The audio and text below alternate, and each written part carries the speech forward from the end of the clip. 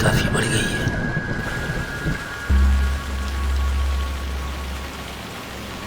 यार आगे का इलाका, पीछे का इलाका, चारों तरफ वही जमीन।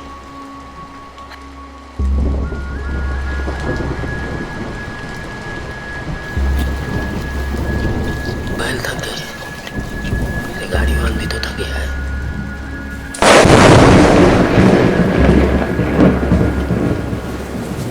अगर किसी ने पहले बताया होता कि मुझे ऐसे किसी गांव में जाना पड़ेगा तो शायद मैं यकीन ही नहीं करता।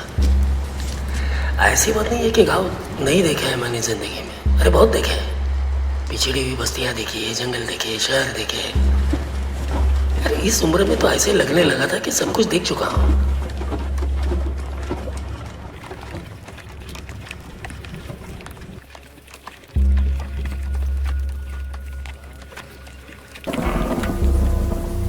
ये गांव ऐसा लग रहा है जैसे अभी अभी किसी ने जमीन खोदकर बाहर निकाला हो।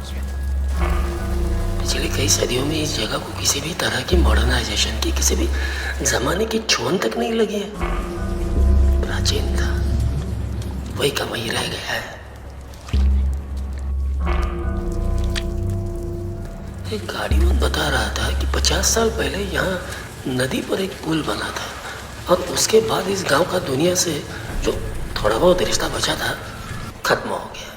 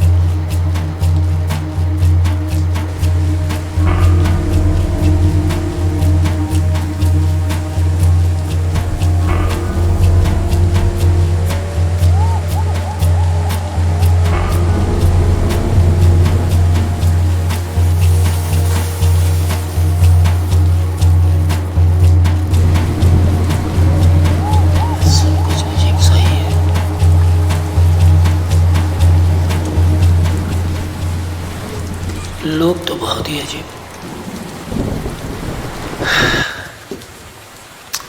छोड़ो भाई, कुछ दिन यहीं रुक कर काम करना है, जैसे तैसे रिपोर्ट पूरी करो और वापस लौट जाओ।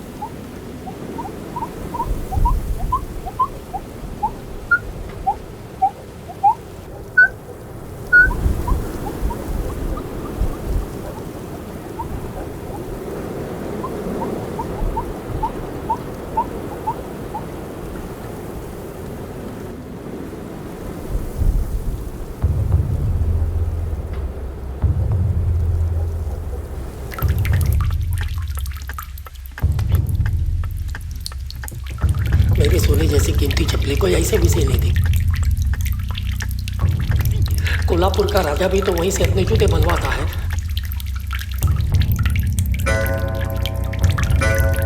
किसी गधे की तरह इन्हें इस तुषार गांव में घसीट लाया।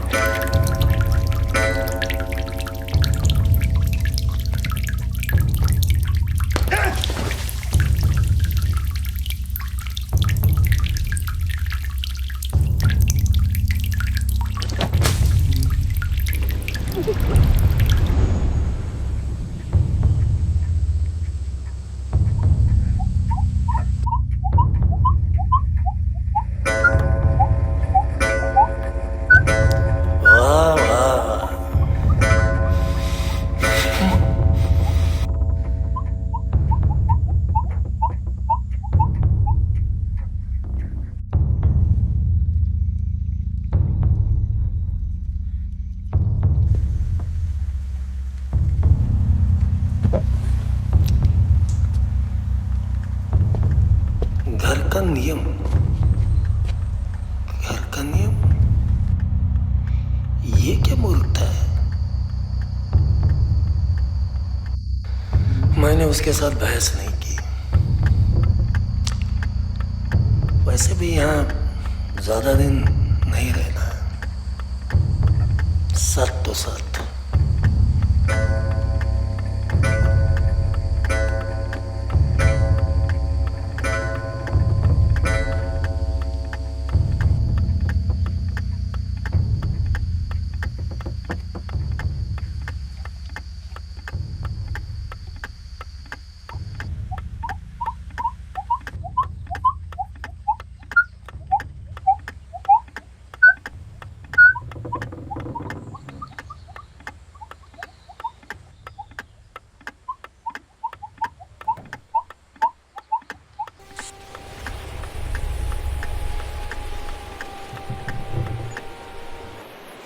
कई दिनों से लग रहा है कि डायरी लिखनी चाहिए, लेकिन हो ही नहीं पा रहा। कैसे होगा?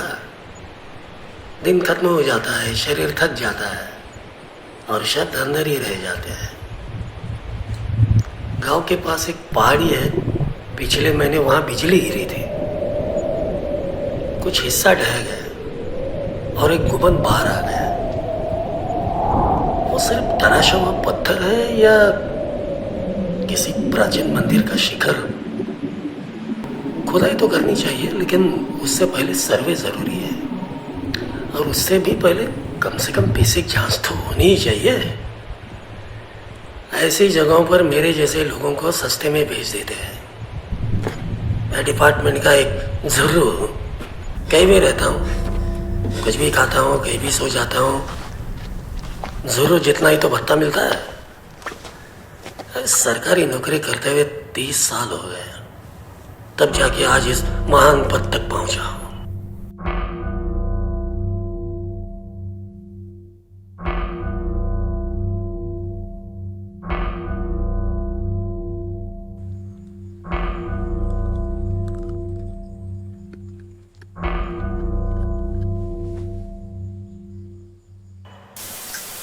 सर्वे वालों के नीचे कम से कम एक चपरासी होता है, हमारे पास तो वो भी नहीं। ये चाहे सिर्फ तराशा हो पत्थर हो या किसी बड़ी मंदिर का शिखर, हम तो बस सूंघते फिरने वाले चूहे हैं। सर्वे के लिए जरूरी अकेले नक्शे बनाने वाले।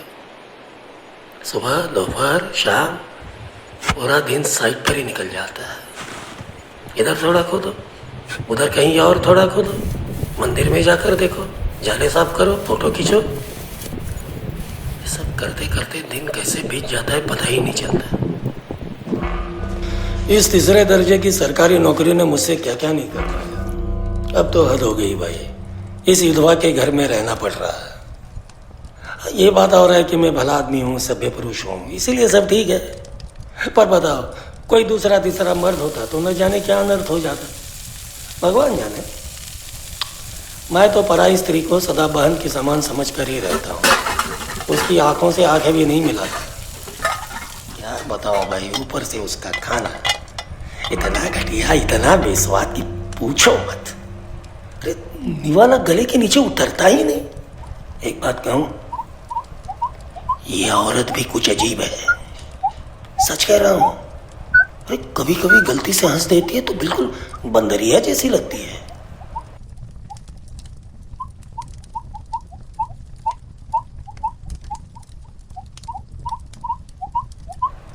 पता नहीं दिन भर एक पुरानी तस्वीर को घूरती ही रहती है।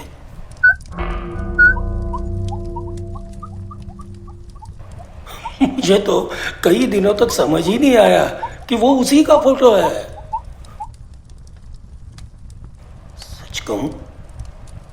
सच कहूं तो यह औरत उस तस्वीर वाली औरत का भूत ही लगती है।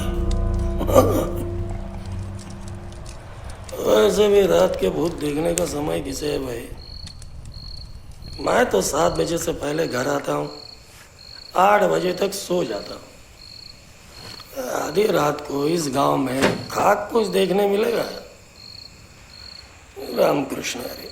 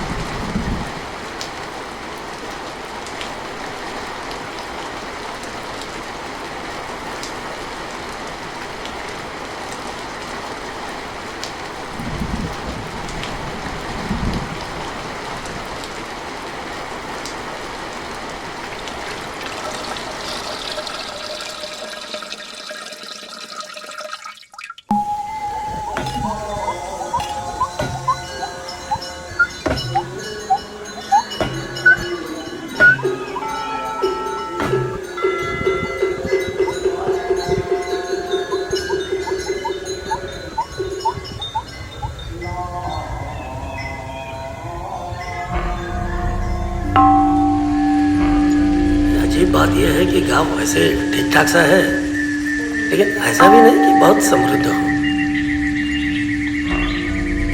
और सबसे अजीब यह कि यहाँ इंसानों के अलावा कुछ भी नजर नहीं आता।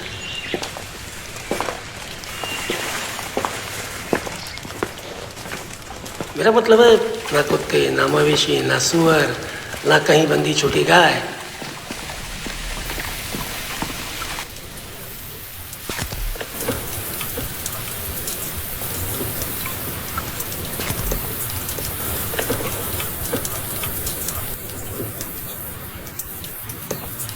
हर घर में मजबूत दरवाजे हैं, 4-4 इंच मोटे, ऊपर से बाहर की तरफ मोटी मोटी लोहे की पट्टियां, दरवाजे पर बड़ा सा अड़सर और मोटी जंजीरों की कुंडियां।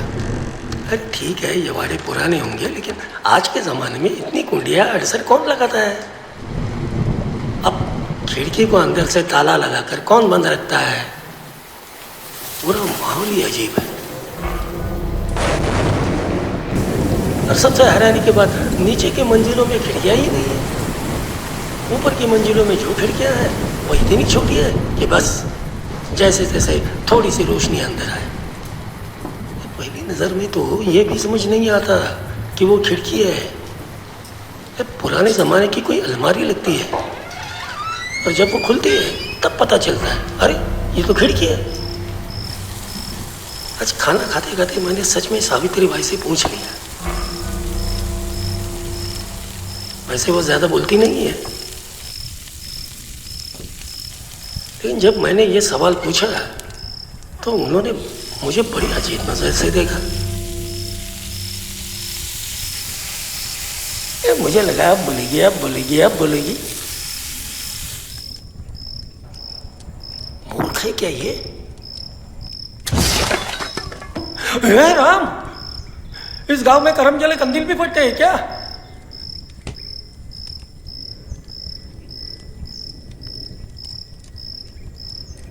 ये मुझे ऐसे देख रही थी जैसे मैंने ही फोड़ा हमारा।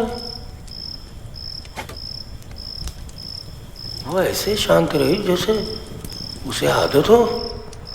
बोली, चोर उच्चकों का क्या भरोसा? मैं घर में अकेली औरत हूं, कब क्या हो जाए कौन बता सकता है?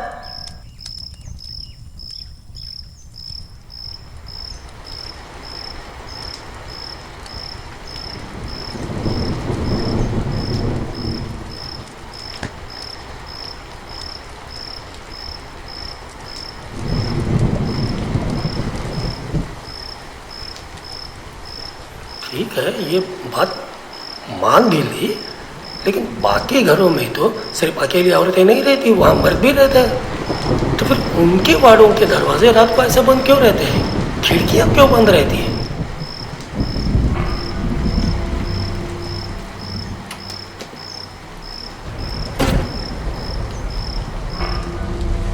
कल रात गुबंद वाली पहाड़ी पर बहुत बड़ा तूफान आया। पिछली आंधी में जो गुबंद का हिस्सा बाहर निकला था, कई प्राचीन मूर्तियां और कुछ शिलालेख फिर से मिट्टी के नीचे दब गए।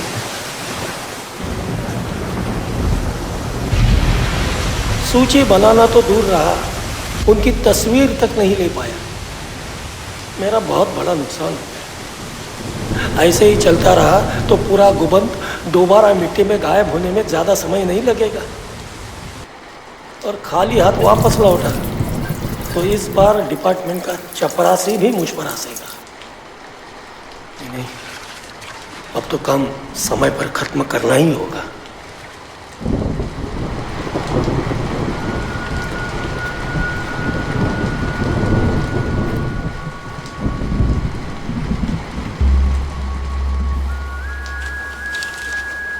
मंदिर का काम अब लगभग खत्म होने वाला है, रिपोर्ट्स बनेंगी, लेकिन अब मुझे सच में शक होने लगा है। मेरी ऑब्जर्वेशन गलत नहीं लग रही है।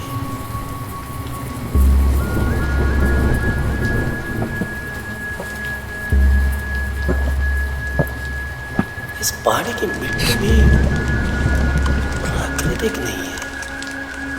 ये मिट्टी हजारों सालों में अलग अलग जगहों से लाकर भरी गई है, ऐसा मुझे लगता है। या फिर क्या इस पहाड़ के अंदर एलोरा जितना ही भव्य कोई प्राचीन मंदिर वाकई दबा हुआ है? दुनिया में ऐसी जगह शायद एक ही है, चीन में।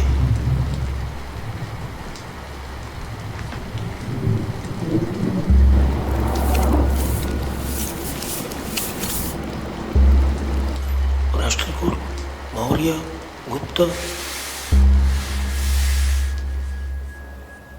कोई भी डायनेस्टी इतनी विशाल, मेरा मतलब है ऐसा उन्होंने कुछ बनाया ऐसा कभी सुना तो नहीं है। और ये गुंबद भी सैकड़ों साल पुराना नहीं है, ये तो हजारों साल पुराना लगता है।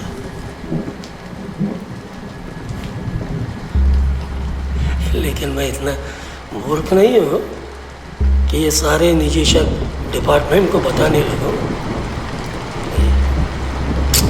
बेकार में मेरी हंसी उड़ाई जाएगी। उन्हें आने दो, जो देखना है वो खुद देखेंगे। संस्कृत नहीं, पाली नहीं, पैशाच नहीं, ये लगता है सबका मिश्रण है।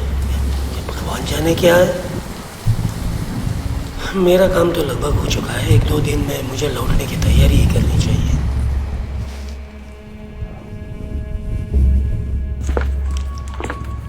लेकिन समझ में नहीं आ रहा, ऐसा लग रहा है कि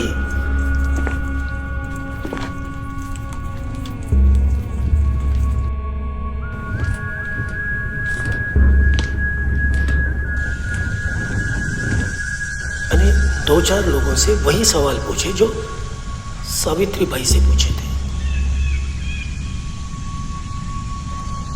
वैसे देखा जाए तो गांव के लोग आमतौर पर बहुत बातें करते हैं, खूब जानकारी देते हैं, लेकिन इसी मुद्दे पर ये गांव कुछ भी नहीं बोलते।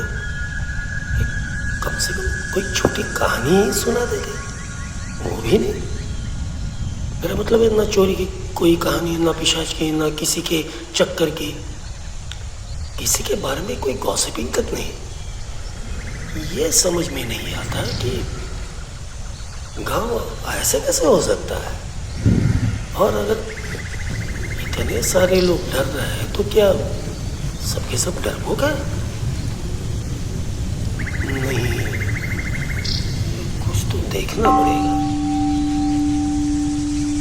शायद इन सारे सवालों की चाबी है सावित्री बाई,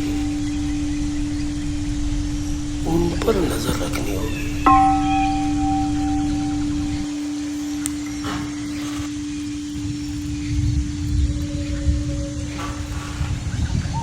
गांव का मंदिर पता नहीं किस भगवान का है। मेरे लिए तो सारे भगवान एक जैसे हैं। बस माथा टेकनी चल दिया। देखा तो एक बच्ची घूर रही थी।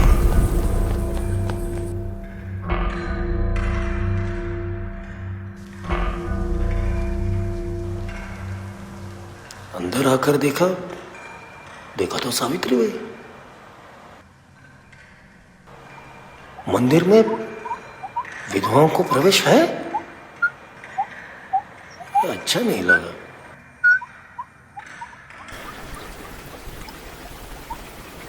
वैसे मैं पुराने ख्यालात का नहीं हूं, मुझे विधवाओं से भी वैसे कोई आपत्ति नहीं है, लेकिन समाज में हर एक को, यानी हर एक का अपना एक स्थान होता है।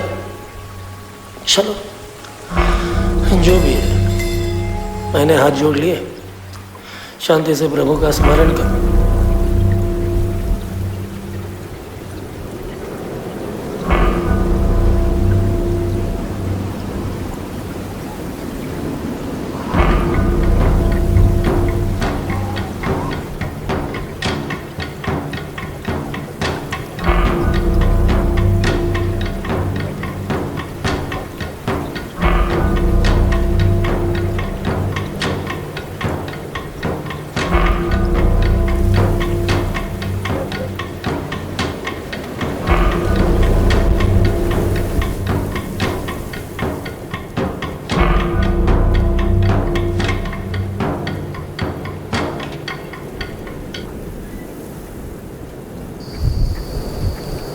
जिंदगी में अपने काम के दौरान मुझे कभी नहीं लगा था कि मुझे ऐसी चीज़ें करनी पड़ेंगी या मैं खुद को ऐसा करने पर मजबूर पाऊंगा।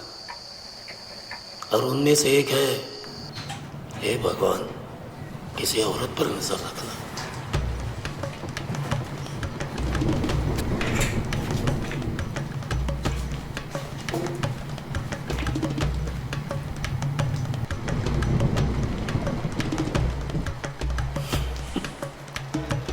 अगर कोई ये डायरी पढ़े तो शायद कहेगा कि परवर्ट हो।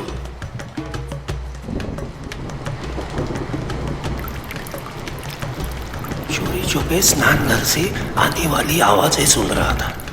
मैं संस्कारी हूं, इसलिए अंदर नहीं झांका। इच्छा तो बड़ी हुई, पहले तो विश्वास ही नहीं हुआ, लेकिन सच में अंदर से खाने की आवाजें आ रही थी। क्या बात? अरे आते समझ कौन खाता है, वो भी तब जब स्नान घर में पैखाना हो।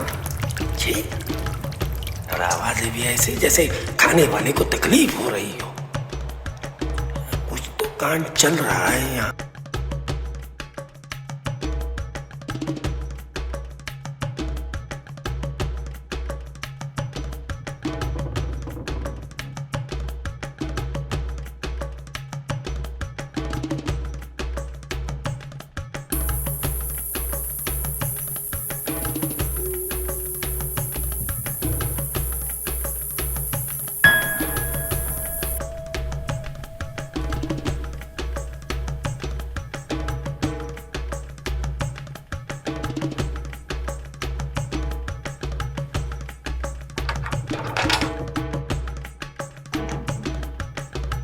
पहले उन्होंने पूरी सड़क को ध्यान से देखा, फिर बाहर की सीढ़ी पर रखी किसी चीज को उठाया और अंदर ले आए।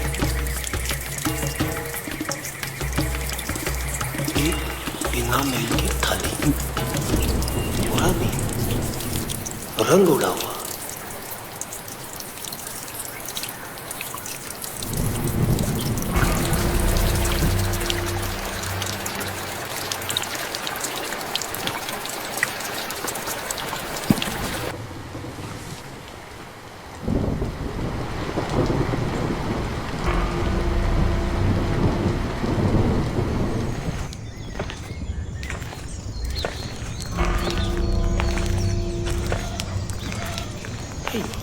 ये अजीब था, गांव में इस वक्त तक दूध वाले, अखबार वाले या दो चार लोग आसपास दिख ही जाते, लेकिन यहाँ अब भी सन्नाटा था।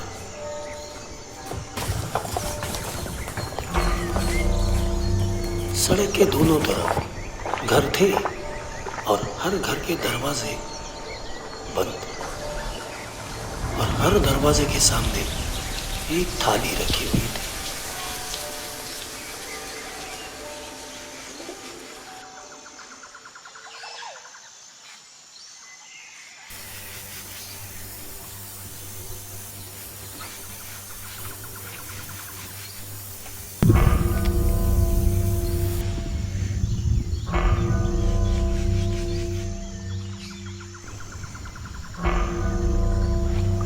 थालियों पर अजीब अजीब दाग थे, वे लाल रंग के, गीले, चिपचिपे से।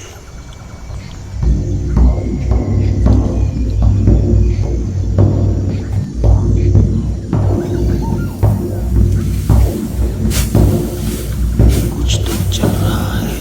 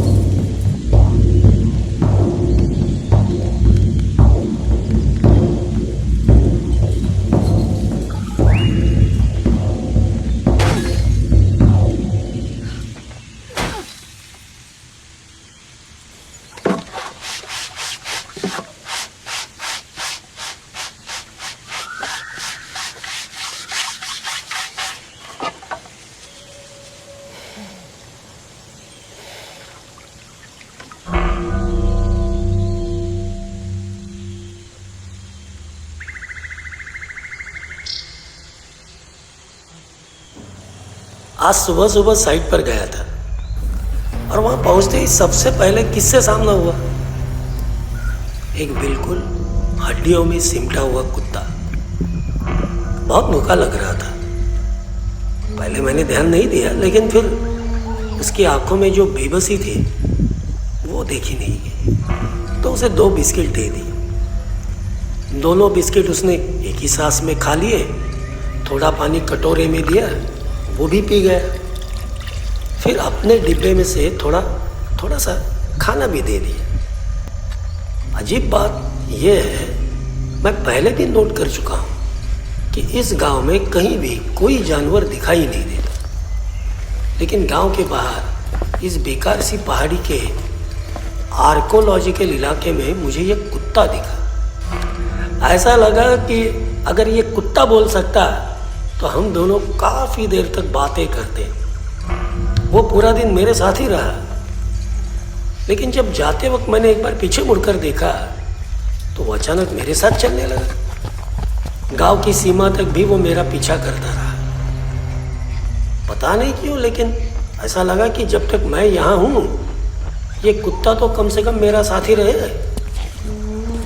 शादी, संसार, जिंदगी में कभी ठीक से जमा नहीं, और अब जिंदगी के आखिरी हिस्से में एक कुत्ता भी घर में रख सकूं, इतनी भी हालत नहीं। कभी कोई गूंगा जानवर अचानक प्यार से हाथ चाट ले तो अकेलापन लगता है।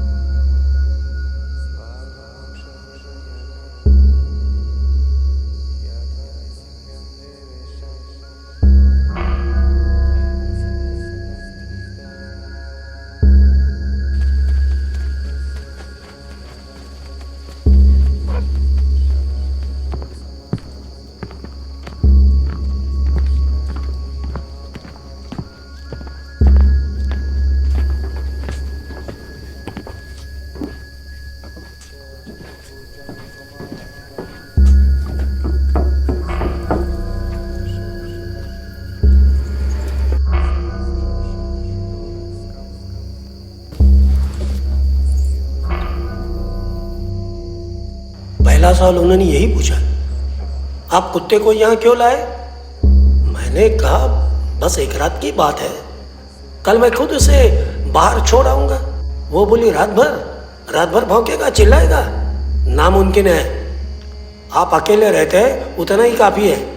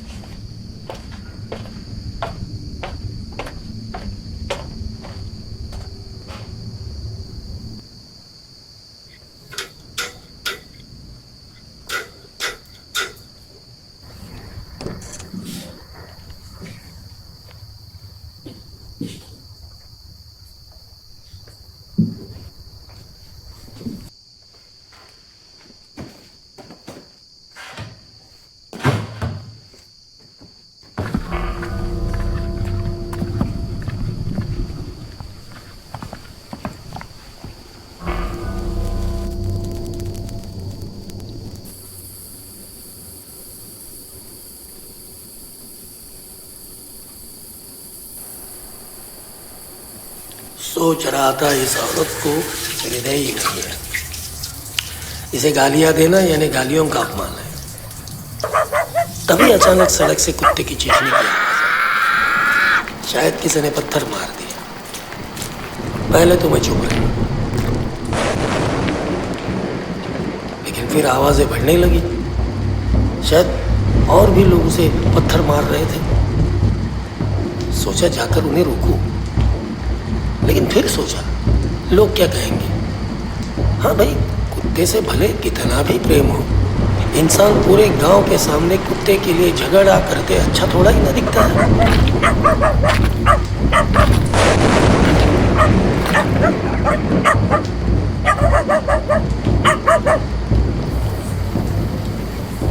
सोचा थोड़े पत्थर खाएगा, भाग के कहीं छिप जाएगा। सुबह 2-3 महंगे बिस्किट प्रेम से खिला दूंगा तो सब ठीक हो जाएगा। ये हृदय से पछतावे का बोझ भी हट जाएगा।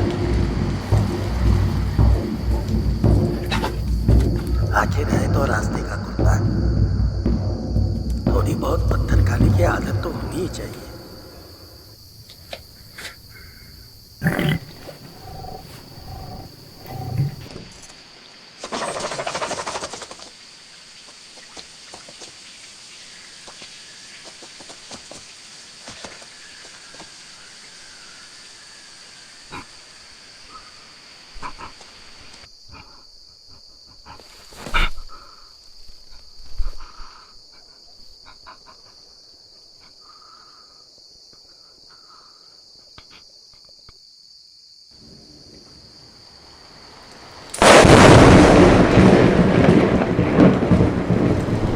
कल की रात बहुत भयानक थी और आज का दिन भी।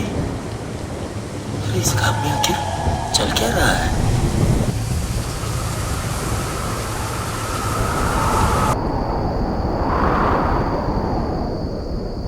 कल रात डायरी लिखने के बाद मुझे नींद आ ही गई थी और फिर कभी अचानक एक अजीब सा सपना पड़ा।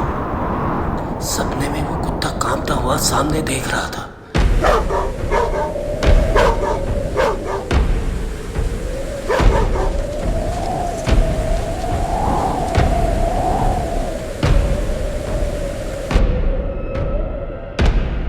और उसके सामने ठीक उसी जैसा दूसरा कुत्ता खड़ा था।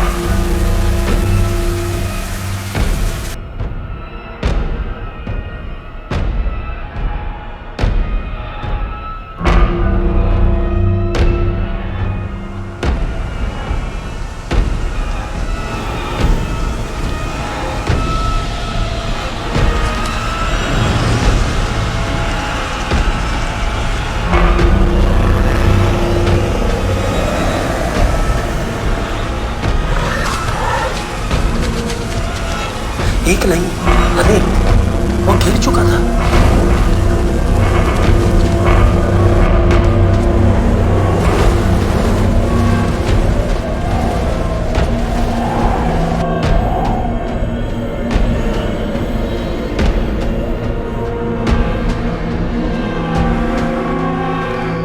कुछ कुछ अजीब सा लगा और मेरी नींद खुल गई। कमरे की खिड़की बाहर से बंद थी, लेकिन बाहर से आने वाली आवाज सच थी।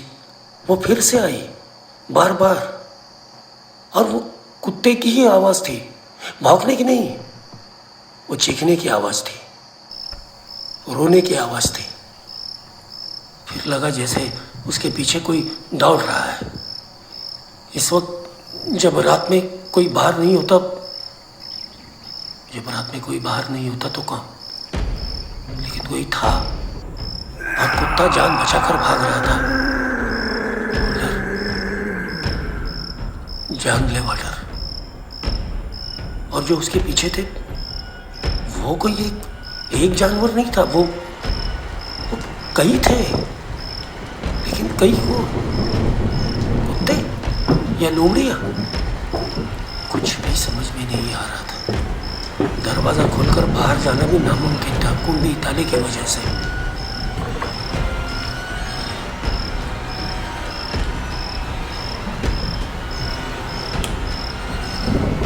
सावित्री बाई को तो जगाने का कोई मतलब ही नहीं था।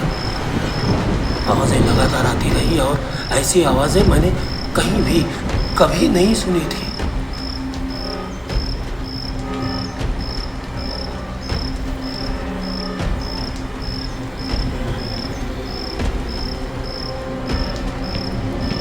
पाँच सात मिनट तक कोई खड़खड़ाहट चलती रही। फिर जमीन पर थाली टकराने जैसी आवाजें आने लगी, या जैसे पीतल की थालियों से कोई खा रहा हो। ठंडी हवा के बावजूद मुझे पसीना आ रहा था, शरीर कांप रहा था, और लगा चक्कर आ जाएगा।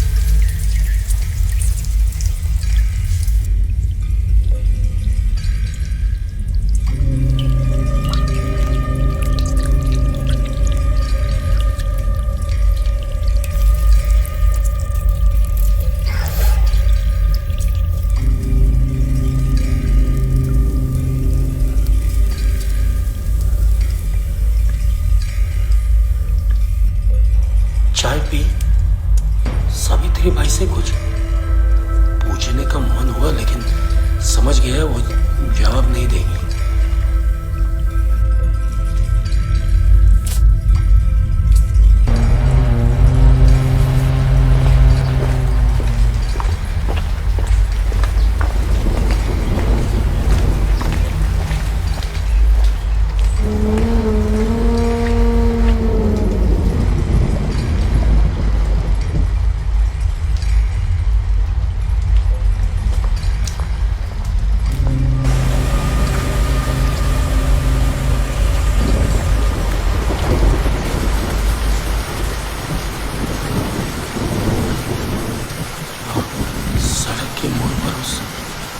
के अवशेष दिखे, अवशेष, सिर्फ निर्जीव शरीर नहीं था, वो हड्डियों का ढांचा था।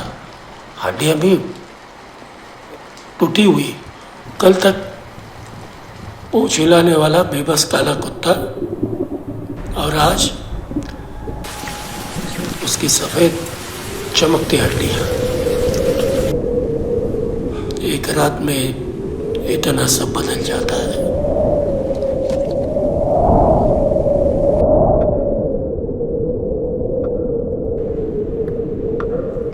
मैं पहले भी कह चुका हूं, मुझे विधवाओं से कोई आपत्ति नहीं है, नहीं है। आपत्ति है तो उनके आचरण पर, और वो भी अकारण नहीं। मेरे पास उसके तर्क है, ठोस, शास्त्रीय, सामाजिक तर्क। मैं कोई अंधविश्वासी, पिछली सदी का अनपढ़ व्यक्ति नहीं हूं। मैं पढ़ा लिखा, आधुनिक, प्रगतिशील पुरुष हूं। मैं अतिरेकों से दूर रहता हूं। अरे, पति के निधन के बाद जो स्त्री जीवन भर उसी की छाया में जीती है, ऐसी पुण्यवती विधवाओं को मैं माता के समान सम्मान देता हूं। चाहे उसकी आयु 16 वर्ष की ही क्यों न हो। उसके ललाट पर सिंदूर भले न रहे, पर उसके व्रत की रेखा अमिट रहनी चाहिए।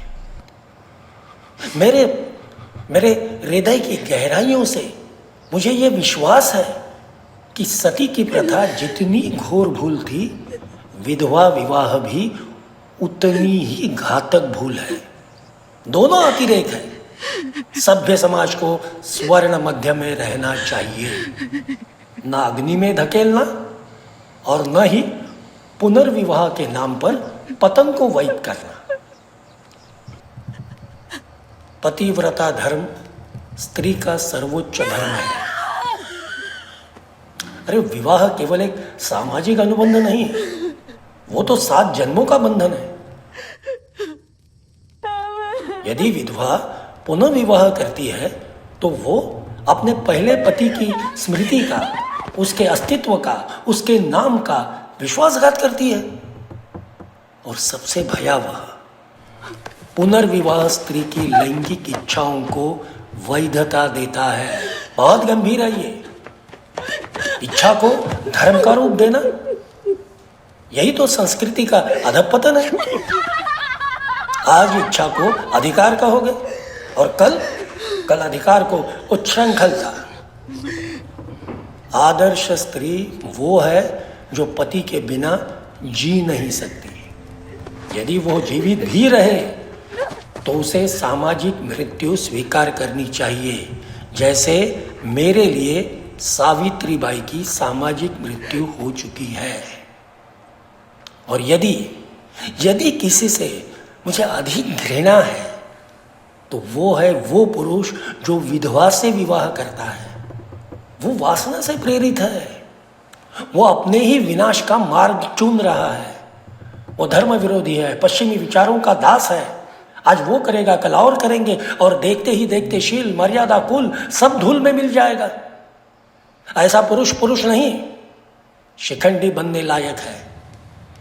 कौमार्य भंग हुई वस्तु को अपनाकर वो केवल अपना नहीं, अपने समूचे कुल का मान गिरा रहा है। और ये स्पष्ट है, यदि पहला पति मर गया तो पत्नी के भाग्य में कोई दोष था। अब शकुनी से विवाह कर अब वो स्वयं संकट को आमंत्रित कर रहा है। सज्जन पुरुष विवाह में गौरव देखता है, और जो विधवा से विवाह करता है वो गौरव नहीं वासना चुनता है, वो भी बासी रोटी की वासना जो किसी ने आधी खा ली है। धिक्कार हो।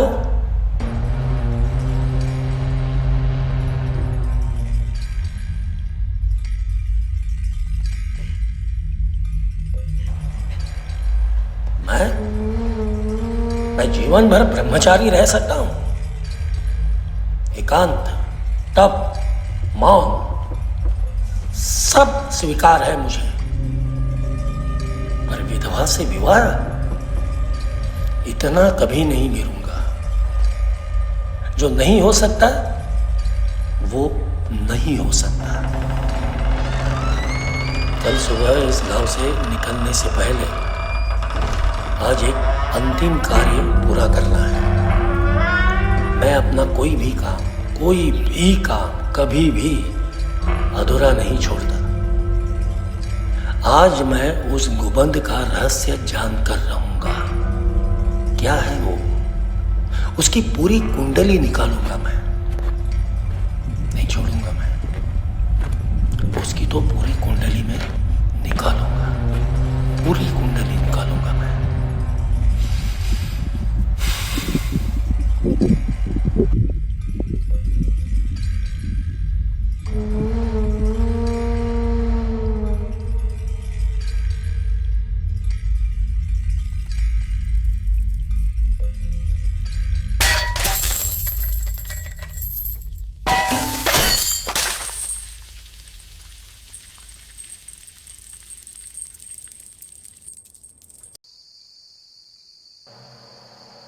आज की डायरी में सावित्रीबाई के घर में बैठकर नहीं लिख रहा हूं। गांव की एक दुकान की सीढ़ी पर बैठा हूं। आधी रात हो चुकी है, 11 बज रहे हैं, और मेरे साथ उस हरामखोर नालायक सावित्रीबाई ने और इस सड़े हुए अंधविश्वासी गांव ने जो किया है ना, अब तक यकीन नहीं हो पा रहा। आज साइट पर मेरा आखिरी दिन था। मैं प्राचीन पाली पैशाची की कई किताबें लेकर उस गुंबद के पास आ गया था। मेरा काम सिर्फ उन अजीब शब्दों की तस्वीरें लेना और नक्शे बनाना था, लेकिन मैंने कोशिश की उनका अनुमान करने की, उनका अर्थ समझने की। किसी तरह कुछ पंक्तियां समझ में आई। यह कोई प्राचीन कविता है या कुछ और, समझ नहीं आया। इतना ही पढ़ पाया। प्रत्येक जीव, हर एक जीवन काले अनुभूतम, अपने जीवन में अनुभव की हुई क्रोधम, द्वेषम, घृणा, हिंसा, क्रोध, द्वेष, घृणा और हिंसा, विकृतंच अपमान, विकृति और अपमान को मनस गुढ़े कोणे निहंती, मन के एक गुप्त कोने में दबा देता है। यतः निहितम भवति, जो दबा दिया जाता है, तत न नश्यति, वह नष्ट नहीं होता। ततः सच्चीयते, वो जमा होता जाता है। दीर्घकाले, लंबे समय तक, तीव्रया शक्त्या च, और तीव्रता के साथ, निहिता भावना, दबी हुई भावनाएं परिणामों यान्ति, रूपांतरित होने लगती है। केवल मृत मानव, केवल मरा हुआ मनुष्य ही पिशाचो न भवति, पिशाच नहीं बनता। जीवतः एव, जीते जी ही निहिता भावना, दबी हुई भावनाएं पिशाचा भवन्ति, पिशाच बन जाती है। ता अपमानिता भवन्ति, वे अपमानित होती है। ता एकातिन्यः भवन्ति, वे अकेली हो जाती है। यतः जनकः, क्योंकि उन्हें जन्म देने वाला स्वयमेव ताः त्यजति, स्वयं ही उन्हें अस्वीकार कर देता है। एतत् मंदिरम, यह मंदिर, मध्यरात्रो विचारंती नाम, मध्यरात्रि में भटकने वाले, निहित भावना पिशाच नाम, दबी हुई भावनाओं के पिशाचों को अस्थि मांस रूप ददाती, हाड़ मांस का रूप देता है। तानम दृश्यम अस्तित्वम ददाती, उन्हें दृश्य अस्तित्व देता है। सीमितम शरीर ददाती, उन्हें एक सीमित शरीर देता है। तस्मिन्नेव क्षणे, और उसी क्षण, तृप्तये अवसरम ददाति, तृप्त होने का अवसर देता है। अतः एततः मंदिरम, इसीलिए यह मंदिर उन्मादस्य स्थानम, उन्माद का स्थान है। एततः मंदिरम, यह मंदिर पूजाये न, पूजा के लिए नहीं है, नियंत्रणाय, नियंत्रण के लिए है, सर्वेषां रक्षणार्थम, सबकी सुरक्षा के लिए। एततः मंदिरम, यह मंदिर, अस्या गिरो, इस पहाड़ी में, निहतम कृतम, दफन किया गया है। स्मरणीयम, याद रखो, कदापि, कभी भी, एततः न उत्खनयेत, इसे खोदना मत।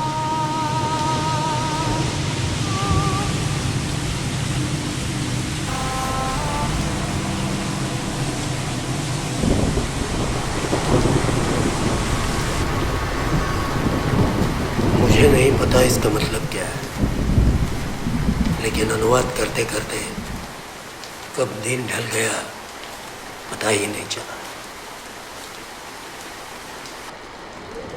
गांव लौटते लौटते 7 बज चुके थे।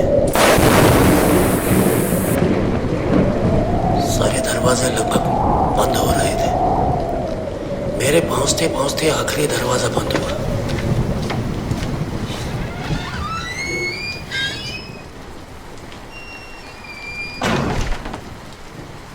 पूरा सन्नाटा, जैसे मुर्दों का गाँव हो। इन सरफरे अंधविश्वासियों की आखिर समस्या क्या है? जहाद,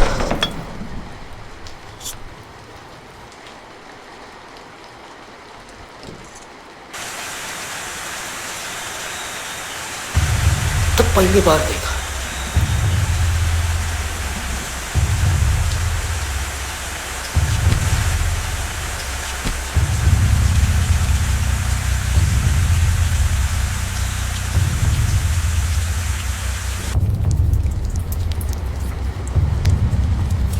आटा कौन खाता है? हर दरवाजे के सामने एक थाली, हर थाली भरी हुई। किसी में तो नारियल की गोलियां, किसी थाली में सिर्फ आधी उबली सब्जी, वो भी सड़ी हुई। ये कौन खाता है?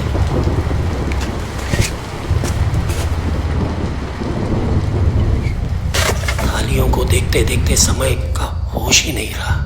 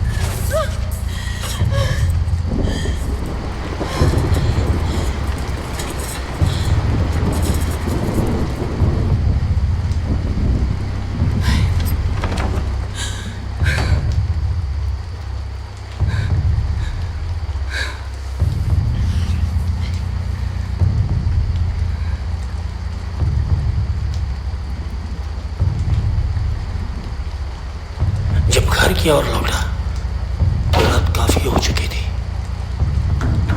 मैंने खटखटाया। सावित्रीबाई ने दरवाज़ा नहीं खोला, 2-3 मिनट आवाज़ दी, लेकिन अंदर से कोई हरकत नहीं। हाँ, दिए की रोशनी देख रही थी, अचानक बुझ गई। कभी नहीं। मूर्ख, मूर्ख है क्या ये?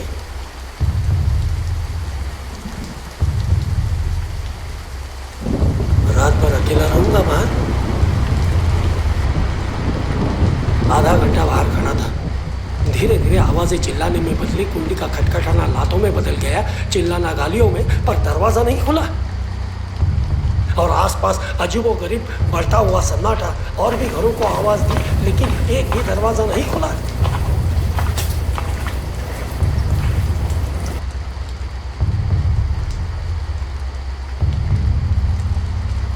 अब मेरा सिर घूमने लगा है। इतने दिनों तक सोचता रहा, बाहर ऐसा क्या है जिससे डरना पड़े। और आज मैं खुद बाहर की रात में फंसा हुआ। आसपास एक भी इंसान नहीं दिखता, लेकिन यह भी साफ है कि लोग मौजूद हैं, बस कुंडियों और ताले के पीछे चुपचाप बैठे हुए।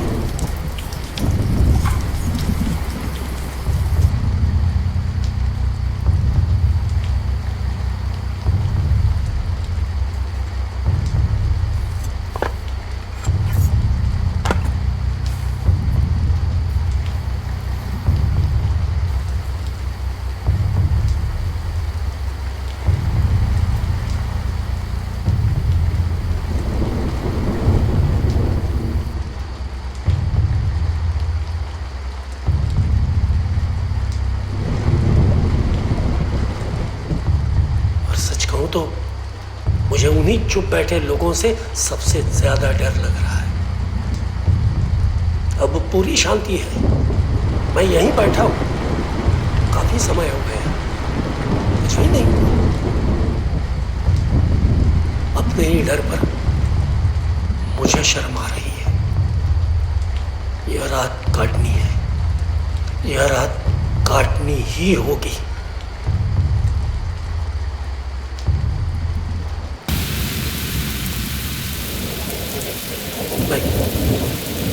कितना डरा हूं, कितना गुस्से में हूं मैं, मुझे खुद समझ नहीं आ रहा। लेकिन दिल की धड़कन बढ़ती जा रही है, बहुत तेज, जैसे पूरे जीवन का डर और गुस्सा एक साथ लौट आया हो।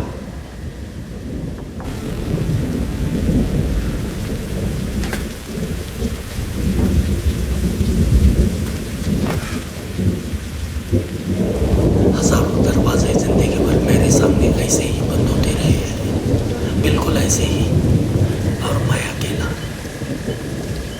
लेकिन मैं अकेला नहीं हूं, मेरे पास मैं हूं, मेरे पास मैं हमेशा हूं। मैं अकेला नहीं हूं। हाँ? हाँ? मेरे पास मैं हूं, मेरे पास मैं हमेशा हूं, मैं अकेला नहीं हूं।